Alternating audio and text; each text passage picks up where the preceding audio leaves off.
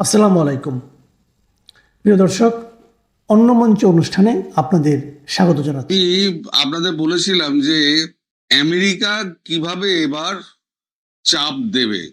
Sergio গোর ফিরে এসছেন, ওখানে রয়েছেন ব্রেট ক্রিস্টেনসেন। সার্জিও গোর ফিরে এসে তারপর যে সমস্ত রিপোর্ট ট্রাম্পকে দিয়েছেন, সেই রিপোর্ট ট্রাম্প তো অত্যন্ত ক্ষিপ্ত এবং রাগান্বিত যে আমাদের দেশ এইভাবে আর একটা দেশকে শেষ করে দিয়েছে একটা ভুল বার্তার উপরে। এখন তাহলে আমাদের দোষ যখন আমাদেরই শোধরাতে হবে, যেটা এর আগেও আমি বলেছি। সব থেকে কড়া যে বার্তাটা যেটা আবার বাংলাদেশের প্রতি যেতে চলেছে, সেটা হচ্ছে বাংলাদেশকে FATF এর আন্ডারে ফেলে দেওয়া। এখনই ব্ল্যাক লিস্টেড করবে কিনা বুঝতে আমি জানি না। FATF এর দুটো লিস্ট আছে, একটা হচ্ছে গ্রে লিস্ট, একটা হচ্ছে ব্ল্যাক লিস্ট। এই FATF এ মাঝে মাঝেই এই পাকিস্তান ঢোকে, আবার পাকিস্তান ব্ল্যাক লিস্ট থেকে বেরিয়ে গ্রে লিস্টে চলে যায় এই টেরোরিজমের জন্য।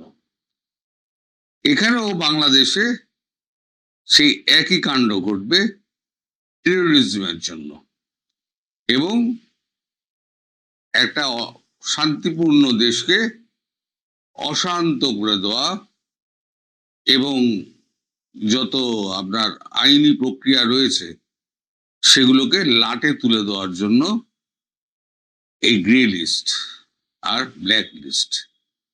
আমি জানি না গ্রে লিস্টে ফেলবে না ব্ল্যাক লিস্টে ফেলবে, তবে ট্রাম্প যখন শুরু করেছেন তখন আমার মনে হয় ব্ল্যাক লিস্টেই যাবে। আপাতত ব্ল্যাক লিস্টে যে দেশগুলো রয়েছে সেটা হচ্ছে ইরান, মায়ানমার, আর একটা কোন দেশ আছে যেন, তিনটে দেশ আছে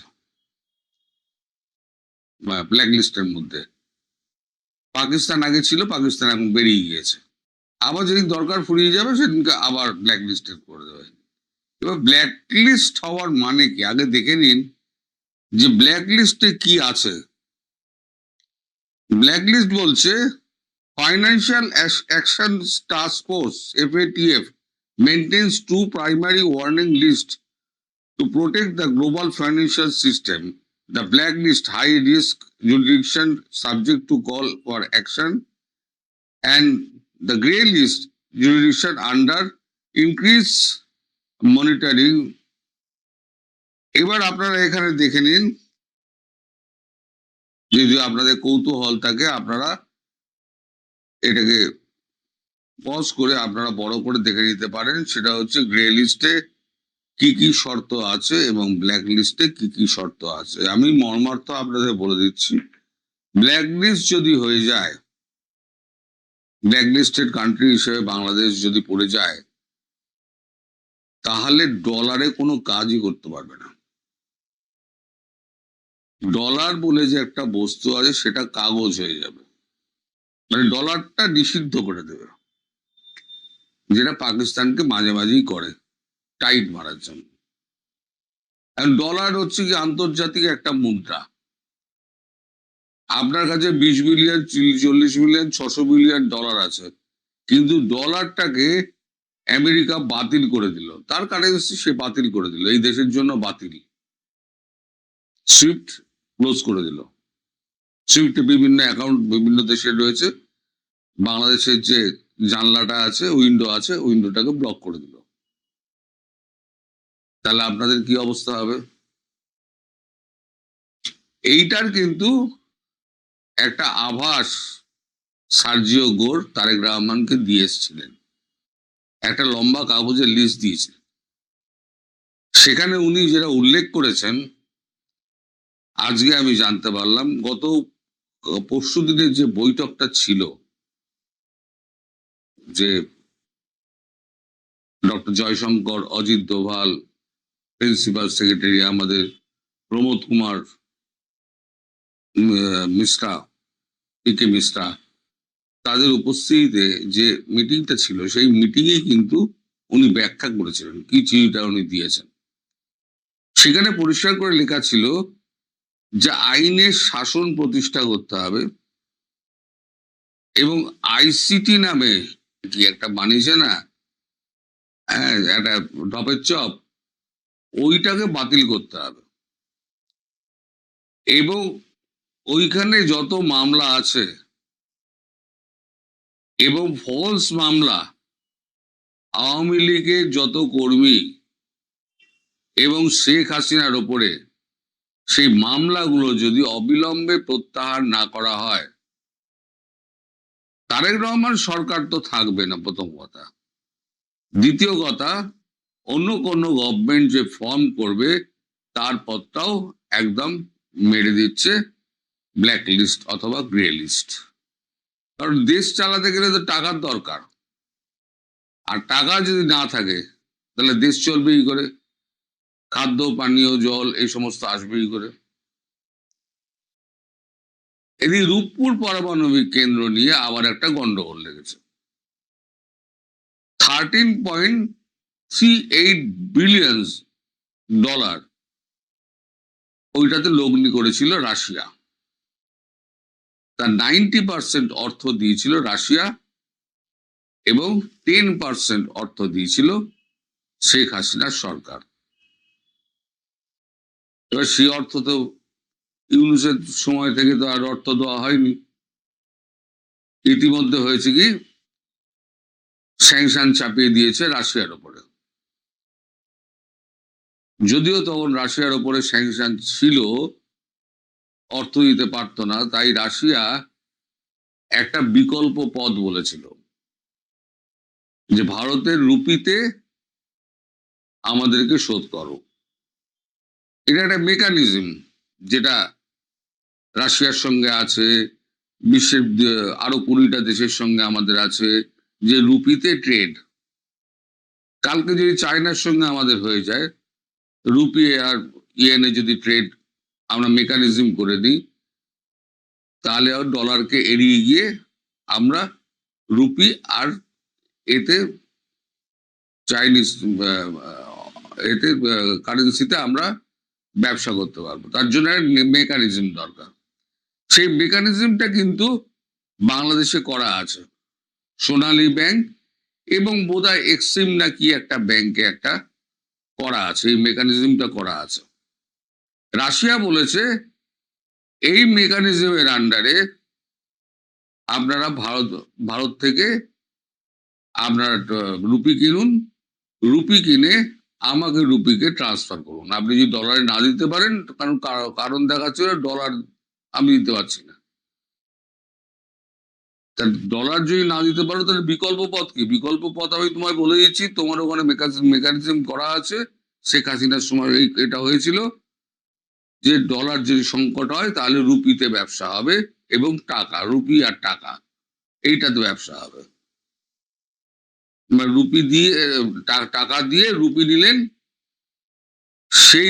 সেই টাকা রুপিটা নিয়ে আপনি সোজা রাশিয়ার যে ব্যাংক আছে, রাশিয়ার ব্যাংকে বাংলাদেশই আছে, তাহলে বাংলাদেশে রাশিয়া একটা ব্যাংক একটা বাংলাদেশে একটা স্থাপন করে দেবে, রাশিয়া দিয়ে দাও, ঝামেলা মিটে যাবে। তুমিও থার্ড কান্ট্রি থেকে নিচ্ছ, তারপরে তোমার মেকানিজম আছে, তাহলে রাশিয়ার মেকানিজমটা করতে হয়। রাশিয়া তাহলে ওখানে একটা ব্যাংক করে নেবে যেখানে রুপিটা ওদের কারেন্সিতে ট্রান্সফার হয়ে যাবে। এখন এইটা নিয়ে টাল বাহানা তারেক রহমান সরকার করছে, কিন্তু কোনো উচ্চ বাচ্চা আপনাদের কাগজে কিন্তু নেই। পায়রা রূপপুর কেন্দ্র যে কোনো দিন কিন্তু বন্ধ হয়ে যেতে পারে, যেভাবে যাচ্ছে, মানে আপনাদের সরকার যেভাবে চলছে, টাকা দেবে না, আর ভারতের থেকে তো রুপি কিনবেই না, কারণ ভারত হলো গিয়ে প্রধানতম শত্রু। শত্রুবোধ থেকে তারা রুপি টুপি নেবে না। তাদের এখানে কারেন্ট যদি অফ হয়ে যায়, রূপপুর কেন্দ্র পারমাণবিক কেন্দ্র যদি বন্ধ হয়ে যাক, বন্ধ হয়ে যাবে, আমরা অন্ধকারে থাকবো, ওই ভুট্টো যেরকম বলেছিল না, ঘাস খাएंगे पर परमाणु এ বোমা বানাएंगे। আর আমরা ঘাস খেয়ে থাকবো, আমরা কেরোসিন জেলে থাকবো, আমাদের ইন্ডাস্ট্রির দরকার নেই, আমরা এভাবেই চালিয়ে যাব। এটা হচ্ছে বাংলাদেশের এখন আর কি মানে অবস্থা। তো দুটো প্যাচে বাংলাদেশ পড়েছে। এক হচ্ছে রাশিয়া ঠিক এই সময় চেয়ে পাঠিয়েছে আপনার টাকাটা, যদি টাকা না দাও তার রূপপুর পারমাণবিক কেন্দ্র বিদ্যুৎ উৎপাদন বন্ধ, তার মানে বিদ্যুৎ ব্যবস্থায় একটা ব্যাপক ধস। আর দুই হচ্ছে অবিলম্বে যদি শেখ হাসিনা এবং আওয়ামী লীগের নেতাদের উপরে এবং সাংবাদিক যারা লেখক সাংবাদিক যে সমস্ত ফলস মামলায় যাদেরকে ওই কোর্টে ঝুলিয়ে দেওয়া লাগিয়ে দেওয়া হয়েছে, মৃত্যুদণ্ড হ্যান ত্যান যাবজ্জীবন যা খুশি তাই করেছে, অবিলম্বে সেগুলোকে তুলে নিতে হবে। যদি না তুলে নেন, তারেক রহমানকে সে চিঠিটা দিয়ে এসছে, তারেক রহমান বলেছেন আই উইল লুক ইনটু ইট। তো তারেক রহমান কি এখন ওখানে লুক ইনটু ইট করবেন তো আমি জানি না। তো তারেক রহমান সরকারকে ব্যবস্থা নিতেই হবে। আর যদি না নেন তাহলে পরে বিশ্ব জুড়ে ডলারের যে আপনার রমরমা ব্যবসা, সেই ব্যবসায় আপনি আর অংশগ্রহণ করতে পারবেন না। ডলারটা হয়ে যাবে আপনার কাগজের টুকরো। সুতরাং ভেবে নিন আপনারা কি করবেন। আমি বলেছিলাম যে এই অবস্থা থেকে বাঁচতে গেলে জয় শ্রীরাম বলে একদম মোদিজির পায়ে ড্রাইভ দিয়ে দিন, তাহলে তিনিই বাঁচাতে পারেন, তিনিই এখনো বাঁচাতে পারেন, একমাত্র তিনি। আর না হলে পরে আপনারা প্রথম তো তারেক রহমানের গদি উল্টাবে, দ্বিতীয় হচ্ছে গদি উল্টারে কোনো সরকার স্থাপন হবে না, তৃতীয় হচ্ছে শেখ হাসিনা তাল টুকতে টুকতে তখন ঢুকে যাবেন। তার উপরে কোনো সরকারি যদি পড়ে যায় তাহলে কোথায় মামলা কোথায় কি, একে বলে চাপের নাম বাবাজি। আপনারা সবাই ভালো থাকবেন, সুস্থ। তারেক রহমান প্রমাণ করেছিলেন যে তিনি ইউনূসের সাথে কোনো আলগা মাখামাখি চান না। আর সালাউদ্দিন আহমেদ তারেক রহমানের হয়ে বারবার সংসদে দাঁড়িয়ে, সংসদের বাইরে দাঁড়িয়ে বলেন আমরা জুলাই সনদে তখন রাজি হয়েছিলাম, গণভোটে রাজি হয়েছিলাম, কারণ ইউনূস সরকারের ধান্দা ছিল যে তারা যতদিন ইচ্ছা ক্ষমতায় থাকবে এসব করে, সে কারণে ছিলাম। কিন্তু আমরা আসলে ইউনূস সরকারের ধান্দা বুঝেছিলাম, কিন্তু তাদের সঙ্গে একমত ছিলাম না। এবং তারেক রহমান কোনোদিন বলেন নাই না না সালাউদ্দিন সাহেব এসব বলবেন না, বরং পরিষ্কার তারেক রহমানের ইঙ্গিত ছাড়া ইউনূস সাহেবের এরকম প্রকাশ্য বদনাম, তার ক্ষমতায় থাকার ধান্দার বিষয়টা প্রকাশ করে দেওয়া সালাউদ্দিনের পক্ষেও সম্ভবত না। বাংলাদেশে 5ই আগস্টের দ্বিতীয় বর্ষপূর্তিতে একটা চমকপ্রদ ঘটনা ঘটেছে। প্রধানমন্ত্রী তারেক রহমান প্রধান উপদেষ্টা, অন্তর্বর্তীকালীন সরকারের সাবেক প্রধান উপদেষ্টা ডক্টর মোহাম্মদ ইউনূসের হাতে হাত রেখে জুলাই জাদুঘর উদ্বোধন করে এসেছেন। আপনারা যারা লক্ষ্য করেছেন তারা নিশ্চয়ই জানবেন এই জুলাই জাদুঘর উদ্বোধন করা নিয়েই প্রধানমন্ত্রী তারেক রহমানের ব্যাপক আপত্তি ছিল। কারণ এই যে সব কৃতিত্ব তরুণদের দখলে নিয়ে নেওয়া এবং অন্তর্বর্তীকালীন সরকারি সেই বিপ্লবের প্রধান প্রতিভু এসব প্রমাণ করতে এই যে এইসব জাদুঘর টাদুঘর করে ফেলা, এগুলো নিয়ে বিএনপি তারেক রহমান মহা বিরক্ত ছিল। এবং এই যে একটা মুক্তিযুদ্ধের মানে সমতুল্য বিপ্লব ঘটিয়ে ফেলেছে তরুণেরা, যার কিনা নায়ক নাহিদ আসিফ এরা, এবং আবু সাইদের মতো এত বড় বিপ্লবী আর কেউ নেই। আর সেখানে তারেক রহমান যিনি কিনা লন্ডনে ছিলেন 17 বছর আরামে আয়েশে স্ত্রী কন্যা সহ, তিনি এ বিপ্লবের কিচ্ছু বোঝেন না, এ বয়ান প্রতিষ্ঠা করতেই এই জুলাই জাদুঘর। এবং বিএনপিকে সেখানে কিছু মাত্র কৃতিত্ব দেওয়া হয় নাই অন্তর্বর্তীকালীন সরকারের প্রধান উপদেষ্টা ইউনূসের ষড়যন্ত্রে, এবং তার সাঙ্গপাঙ্গরা মানে এইসব মুস্তফা সরোয়ার ফারুকিরা মিলে সেই বয়ানটাকে আরো প্রতিষ্ঠা করতেই বেগম খালেদা জিয়া, তারেক রহমান, বিএনপির নেতা কর্মীদের এই যে দীর্ঘ 17 বছরের সংগ্রাম, কারাবাস, এসবের সব সবকিছু এই জুলাই জাদুঘরে তুলে ধরতে ব্যর্থ হয়েছে কিংবা ইচ্ছা করে এড়িয়ে গেছে, সেই জায়গা থেকে বিএনপির এই গণভবনের ভেতর হঠাৎ করে একটা জাদুঘর প্রতিষ্ঠা নিয়ে কোনো উচ্ছ্বাস ছিল না। এবং নাহিদ ইসলামদের বারবার আলটিমেটাম দেওয়া, মানে জাতীয় নাগরিক পার্টি বারবার বলছিল এত তারিখের মধ্যে না করলে সরকার পতনের আন্দোলন, অত তারিখের মধ্যে না করলে সরকার পতনের আন্দোলন। এই অবস্থায় অবশেষে 5ই আগস্ট এসে তারেক রহমান এই জাদুঘরটি উদ্বোধনটুকু অন্তত করবেন, সেই ঘোষণা সংস্কৃতি মন্ত্রী নিতাই রায়চৌধুরীর কাছ থেকে এসেছিল। অথচ মানে যেদিন ঘটনাটি ঘটলো 5ই আগস্ট, সেদিন তারেক রহমানের আশপাশে সেই জুলাই আগস্টের তরুণ বীরদের কাউকে দেখা গেল না, কাউকে সরকার দাওয়াত করে নাই, না নাহিদ ইসলাম, না আসিফ মাহমুদ সজীব ভুইয়া, না মানে ডক্টর ইউনূসের মাস্টার মাইন্ড মাহফুজ আলম, মানে কেউ না কেউ না কেউ না। এমনকি বিরোধী দলীয় নেতা জামায়াতে ইসলামীর আমির ডাক্তার শফিকুর রহমানও দাওয়াত পেলেন না। তারেক রহমান নিজে এই জাদুঘর উদ্বোধন করতে গেলেন, উদ্বোধন করতে গিয়ে বললেন এই যে জুলাই আন্দোলন সেটা কোনো ব্যক্তি দল বা কোনো একক সংগঠনের নয়, এই কৃতিত্ব সবার, মানে এই কৃতিত্ব বিএনপিকেও দিতে হবে, এই কৃতিত্ব কিছুতেই নাহিদ ইসলাম আসিফ মাহমুদ এদেরকে দিয়ে দেওয়া যাবে না, শুধু তরুণদেরকে দিয়ে যাওয়া যাবে না, 60 বছরের তারেক রহমানকেও দিতে হবে। এই বক্তৃতা দিলেন। কিন্তু তার চেয়েও বিস্ময়কর, সবচেয়ে চমকপ্রদ আমার কাছে যেটা, সেটা হচ্ছে তিনি কিনা সেই জাদুঘর উদ্বোধনে সাথে নিয়ে হাজির হলেন ডক্টর মোহাম্মদ ইউনূসকে। ভীষণ তাৎপর্যপূর্ণ। যে সময়ে এখনো তারেক রহমান রাষ্ট্রপতি নির্বাচন করে ওঠেন নাই এবং রাষ্ট্রপতি নির্বাচনের দায়িত্ব বিএনপির স্থায়ী কমিটি প্রধানমন্ত্রী তারেক রহমানের ওপর ন্যস্ত করেছেন।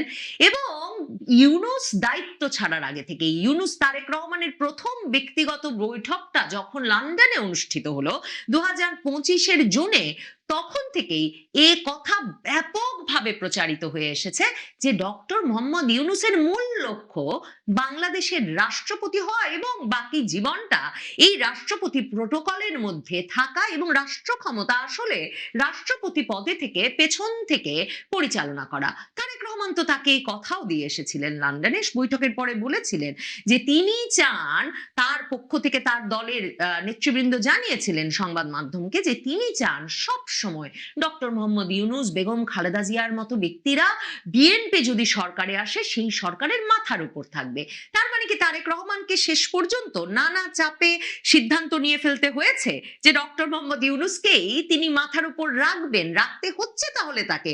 তার মানে ডক্টর মোহাম্মদ ইউনূস তারেক রহমান সরকারের রাষ্ট্রপতি হতে যাচ্ছেন খুব শিগগিরই।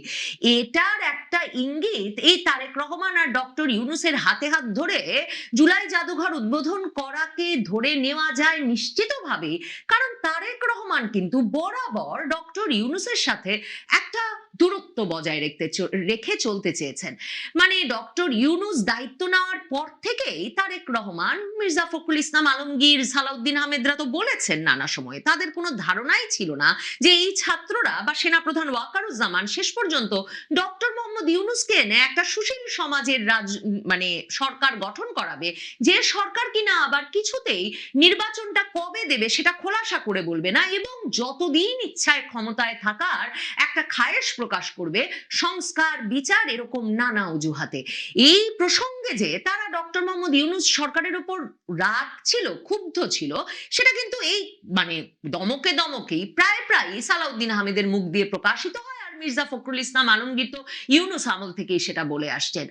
তারেক রহমান এতটাই ক্ষেপে গিয়েছিলেন ডক্টর মোহাম্মদ ইউনূস সরকারের ওপর যে তারা কেন নির্বাচন দিচ্ছে না, কেন বারবার বলছে আগে সংস্কার, তারপর বিচার, তারপরে নির্বাচন।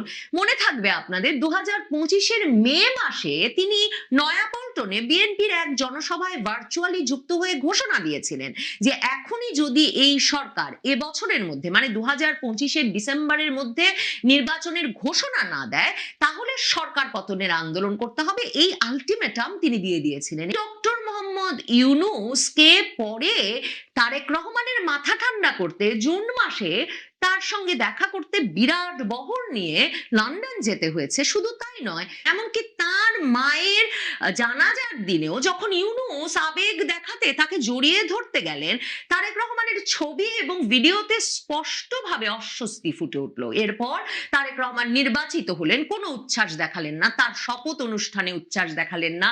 নির্বাচিত হওয়ার পর ডক্টর ইউনূসকে আলাদা করে কোনো ধন্যবাদ দিলেন না যে আপনি ছিলেন বলেই এমন অবাধ নির্বাচন হলো যেখানে আওয়ামী লীগকে বাদ রেখে আমি নির্বাচিত হয়ে আসতে পারলাম বিপুল সংখ্যাগরিষ্ঠতায়।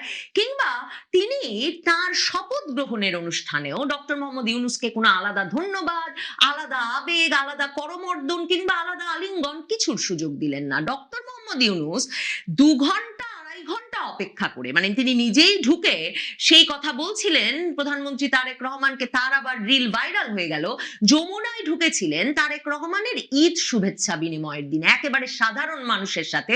যমুনার গেটে 2-2.5 ঘন্টা অপেক্ষার পর ইউনূসকে ঢুকতে দেওয়া এবং ঢোকার পরও এক রকমের মানে উষ্ণতা ছাড়া, এক রকমের আনুষ্ঠানিকভাবে যতটুকু অভ্যর্থনা জানাতে হয় ততটুকুই অভ্যর্থনা এবং আবেগ দেখানোর মাধ্যমে তারেক রহমান প্রমাণ করেছিলেন যে তিনি ইউনূসের সাথে কোনো আলগা মাখামাখি চান না। আর সালাউদ্দিন আহমেদ তারেক রহমানের হয়ে বারবার সংসদে দাঁড়িয়ে, সংসদের বাইরে দাঁড়িয়ে বলেন আমরা জুলাই সনদে তখন রাজি হয়েছিলাম, গণভোটে রাজি হয়েছিলাম, কারণ ইউনূস সরকারের ধান্দা ছিল যে তারা যতদিন ইচ্ছা ক্ষমতায় থাকবে এসব করে, সে কারণে ছিলাম। কিন্তু আমরা আসলে ইউনূস সরকারের ধান্দা বুঝেছিলাম, কিন্তু তাদের সঙ্গে একমত ছিলাম না। এবং তারেক রহমান কোনোদিন বলেন নাই না না সালাউদ্দিন সাহেব এসব বলবেন না, বরং পরিষ্কার তারেক রহমানের ইঙ্গিত ছাড়া ইউনূস সাহেবের এরকম প্রকাশ্য বদনাম, তার ক্ষমতায় থাকার ধান্দার বিষয়টা প্রকাশ করে দেওয়া সালাউদ্দিনের পক্ষেও সম্ভবত না। এহেন ইউনূসকে রাষ্ট্রপতি পদে কে কে কে এই নিয়ে যখন প্রশ্ন চারদিকে, এবং তারেক রহমান সরকারের ওপর ব্যাপক চাপ, একদিকে ভারত সরকার কোনো পাত্তা দিচ্ছে না, শেখ হাসিনাকে বক্তৃতা দিতে দিচ্ছে, তারেক রহমানকে প্রধানমন্ত্রী উল্লেখ না করে বিমস্টেক সভাপতি উল্লেখ করে চাপ দিচ্ছে তা যাতে তিনি ওই দাওয়াত নিয়ে ভারত যান। অন্যদিকে প্রেসিডেন্ট ট্রাম্পের দফতর থেকে রীতিমতো প্রেসিডেন্ট ট্রাম্পের বিশেষ দূত, দক্ষিণ ও মধ্য এশিয়া বিষয়ক বিশেষ দূত সার্জিও গোর ঢাকা সফরে এসে ভারতের রাষ্ট্রদূতের সঙ্গে সাক্ষাৎ করছেন, বাংলাদেশের প্রধানমন্ত্রীকে বলে যাচ্ছেন তাকে অন্তর্ভুক্তিমূলক রাজনীতির পরিবেশ সৃষ্টি করতে হবে, তাকে আর কি কি করতে হবে তার যে লিস্ট দিয়েছেন তার সাথে তারেক রহমান যে লিস্টে চলছিলেন তার কোনো সম্পর্ক নাই। মানে তারেক রহমানকে চীনের সঙ্গে মাখামাখি কমিয়ে আনতে হবে, তারেক রহমানকে আওয়ামী লীগের জন্য যথাযথ পরিবেশ সৃষ্টি করে দেশে একটা স্থিতিশীল রাজনৈতিক পরিবেশ আনতে হবে। আর সবচেয়ে বড় যে কাজটা করতে হবে তারেক রহমানকে, সেটা হচ্ছে বাংলাদেশে ইসলাম পন্থার, চরমপন্থার, জঙ্গিবাদের যে অবাধ বিকাশ ঘটছে সে বিষয়ে সক্রিয় হতে হবে এবং কঠোর হতে হবে। তারেক রহমান এই চাপে এখন একেবারে জর্জরিত, বিপর্যস্ত। মানে তিনি কথা দিয়ে বুঝিয়ে শুনিয়ে দেশে ফিরেছিলেন যে তিনি বাংলাদেশে খিলাফত প্রতিষ্ঠার রাজনীতি করার সুযোগ দেবেন না, চরমপন্থা দমনের ব্যবস্থা নেবেন, একটা অন্তর্ভুক্তিমূলক পরিবেশ সৃষ্টি করবেন। এসব কথা দিয়ে তিনি আমেরিকা, ভারতকে বুঝিয়ে, সেনাবাহিনীকে বুঝিয়ে ক্ষমতায় এসেছিলেন। অথচ এখন তিনি সেসব কথা আর রাখতে রাজি নন, কারণ আওয়ামী লীগ রাজনীতিতে ফিরলে, শেখ হাসিনা রাজনীতিতে ফিরলে তিনি তার আর কোনো প্রাসঙ্গিকতা দেখেন না বাংলাদেশের রাজনীতিতে। এই নিরুপায় অবস্থায় তিনি গিয়ে আবার ইউনূসের ছায়াতলে আশ্রয় নিয়েছেন, যে ইউনূসকেও মার্কিন যুক্তরাষ্ট্র, ট্রাম্প প্রশাসন, মানে তিনি হিলারি ক্লিন্টনের বন্ধু, হিলারি ক্লিন্টনকে প্রেসিডেন্ট নির্বাচন করতে তিনি হাজার হাজার লাখ লাখ ডলার ঢেলেছিলেন। এবং এহেন লোককে, বিশেষ করে যেই লোক আবার বাংলাদেশে ক্ষমতায় এসে খিলাফত প্রতিষ্ঠার অবারিত সুযোগ করে দিয়েছেন, সেই লোককে মার্কিন যুক্তরাষ্ট্র বিশ্বাস করে না। কাজেই ইউনূস সম্প্রতি প্রকাশ্যেই বাংলাদেশে ইরানের রাষ্ট্রদূতের সঙ্গে সাক্ষাৎ করেছেন। ইরানের রাষ্ট্রদূত তাকে দ্রুত ইরান সফরে যেতে বলেছেন। তারেক রহমানকে কেউ কোথাও সফরে যেতে বলছেন না। তিনি চীন গিয়েছিলেন এ কথা দিয়ে যে তিনি করিডোর করতে দেবেন, এখন সার্জিও গোর এসে বলেছেন কোনো চীন বাংলাদেশ মিয়ানমার করিডোর হবে না, রাখাইন করিডোর দিতে হবে। এসব চাপে বিপর্যস্ত তারেক রহমান শেষ পর্যন্ত আন্তর্জাতিক বিশ্বের খেলোয়াড় ইউনূসের পতাকা তলে আশ্রয় নিয়েছেন। ইউনূস বলেছেন তিনি ইরান পৌঁছবেন এবং এই যে মার্কিন বিরোধী জোটে একটা মুখ্য ভূমিকা বাংলাদেশকে রাখতে তিনি ভূমিকা পালন করবেন। মানে ভাবেন যে ইউনূস মার্কিন যুক্তরাষ্ট্রের সঙ্গে বাণিজ্য চুক্তি করে তারেক রহমানকে এমন একটা ফাঁপড়ে ফেলে গেছেন, সেই ইউনূসই এখন তারেক রহমান সহ বাংলাদেশকে ইরান অক্ষে নিয়ে যাবেন বলে কথা দিচ্ছেন, এবং তার বিনিময়ে প্রেসিডেন্ট পদ পাওয়া। সবচেয়ে বড় কথা, বাংলাদেশে সর্বোচ্চ রাষ্ট্রীয় নিরাপত্তার সুযোগ সুবিধা এসএসএফ পিজিআর দিয়ে সুরক্ষিত থেকে বাংলাদেশের বিপুল আর্থিক সাম্রাজ্য রক্ষার সুযোগ পাওয়ার বিনিময়ে ইউনূস জুলাই জাদুঘর উদ্বোধন করতে গিয়ে ভুলে মাত্র এই কদিন আগেও যাকে কিনা বিদেশিদের সামনে নাহিদ ইসলামকে পরিচয় করিয়ে দিয়েছেন, নাহিদ ইসলাম নিজেই একটা ইতিহাস, আসিফ মাহমুদ সজীব ভুইয়াই সেই তরুণ যিনি কিনা তাকে প্রথমবারের মতো প্রধান উপদেষ্টা হতে বলেছিলেন, সেই নাম উল্লেখ করে বক্তব্য রেখেছেন। আর ক্লিনটনের সামনে গিয়ে মাহফুজ আলমকে মাস্টার মাইন্ড বলেছেন, কিন্তু জুলাই জাদুঘর উদ্বোধন করতে গিয়ে একবারও বলেন নাই কই আমার নাহিদ, কই আমার মাহফুজ, কই আমার আসিফ মাহমুদ সজীব ভুইয়ার মতো বিরাট তরুণ বিপ্লবীরা কই আজকে জুলাই জাদুঘরে। এই জুলাই জাদুঘর তো তাদেরই কীর্তির ইতিহাস। একদম ইউনূস সেসব বিষয়ে কোনো কথা বলেন নাই। তিনি আনাস নামে এক কিশোরের কথা বলেছেন, যার কথা আর কোনো রাজনৈতিক দল উল্লেখ করে না, এমনকি তাদের প্রিয় হাদি, যাকে তারা মিলে সৃষ্টি করলেন, সেই হাদির নামটা পর্যন্ত মুখে আনেন নাই। আর 11 দলীয় জোট বাইতুল মোকাররমের সামনে 5ই আগস্ট বিরাট সমাবেশ করেছে। সে সমাবেশে জামাতের আমির ঘোষণা দিয়েছেন এই সরকারের দিন ফুরিয়ে আসছে, এবং 5ই আগস্টে তাদের এই সমাবেশ শেখ হাসিনা সরকারের পতনের সেলিব্রেশন, উদযাপন উপলক্ষে ছিল না, বরং ছিল তারেক রহমান সরকারের দুর্নীতি, গ্যাস বিদ্যুৎ না দিতে পারা এবং এই সরকারের আমলে মানুষের ব্যাপক জনদুর্ভোগের প্রতিবাদে। 11 দলীয় জোটের এই সভায় দাঁড়িয়ে নাসিরউদ্দিন পাটোয়ারি মনে করিয়েছেন, তারেক রহমান 17 বছর লন্ডনে আরামে ছিলেন, আয়েশে ছিলেন, তিনি কি করে বুঝবেন তারা যখন জুলাই আগস্টে প্রাণের ঝুঁকি নিয়ে রাজপথে ছিলেন সেই রাজপথে থাকার গুরুত্ব। কাজেই সব মিলিয়ে তারেক রহমানের পায়ের নিচে মাটি নাই। তিনি বোধহয় কোনোভাবে ভাবছেন ইউনূস শেষ পর্যন্ত তাকে বাঁচিয়ে রাখবেন, টিকিয়ে রাখবেন। তবে ইউনূস এমন এক ব্যক্তি, তিনি নিজের টিকে থাকা, বেঁচে থাকা আর পদে বসা ছাড়া অন্য কিছু বোঝেন কিনা বলা মুশকিল।